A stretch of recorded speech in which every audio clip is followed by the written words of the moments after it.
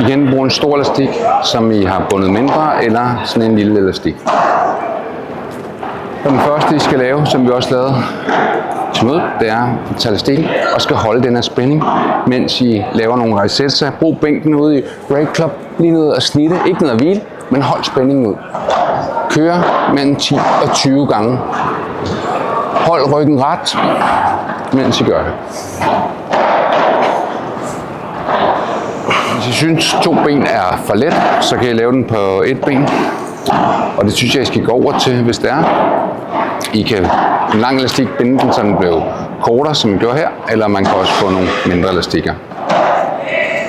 I prøver at komme op og ned på 1 ben, så man kommer op og ned. Op og ned. Og prøv at holde presset ud i elastikken samtidig. 7 stykker med hver ben. Og pas på, at man ikke bumper for meget, som jeg gjorde der. Langsomt ned.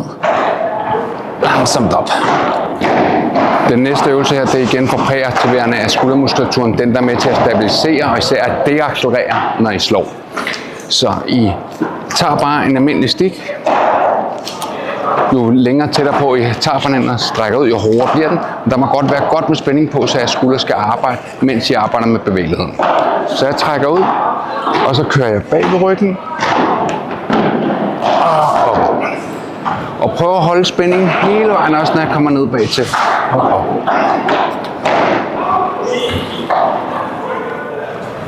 Og holder spændingen. 10, 15, 20 styks.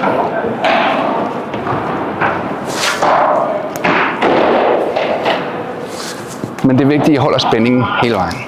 Godt. Så den her, det er lige for at få noget rotation med, og igen, det er præaktivering til 10, 15, 20 gange.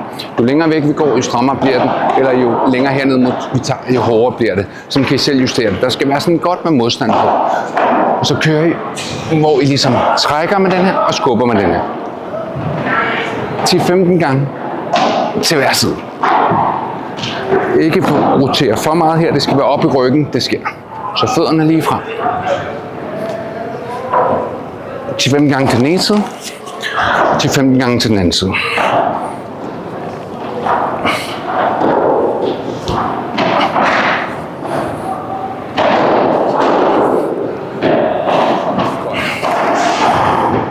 Næste øvelse, der er god at lave, og husk, I laver kun et sæt af hver af de her øvelser, jeg har vist her.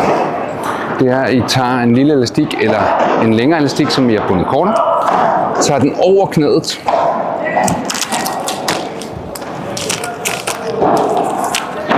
så er det vigtigt, at I kommer ud i en bred stående stilling. Man må ikke tage skridt, hvor man kører hele vejen over den der vej.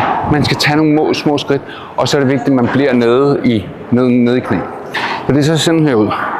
Man kommer ned her og går gakket. Lige kører nogle gange frem og tilbage.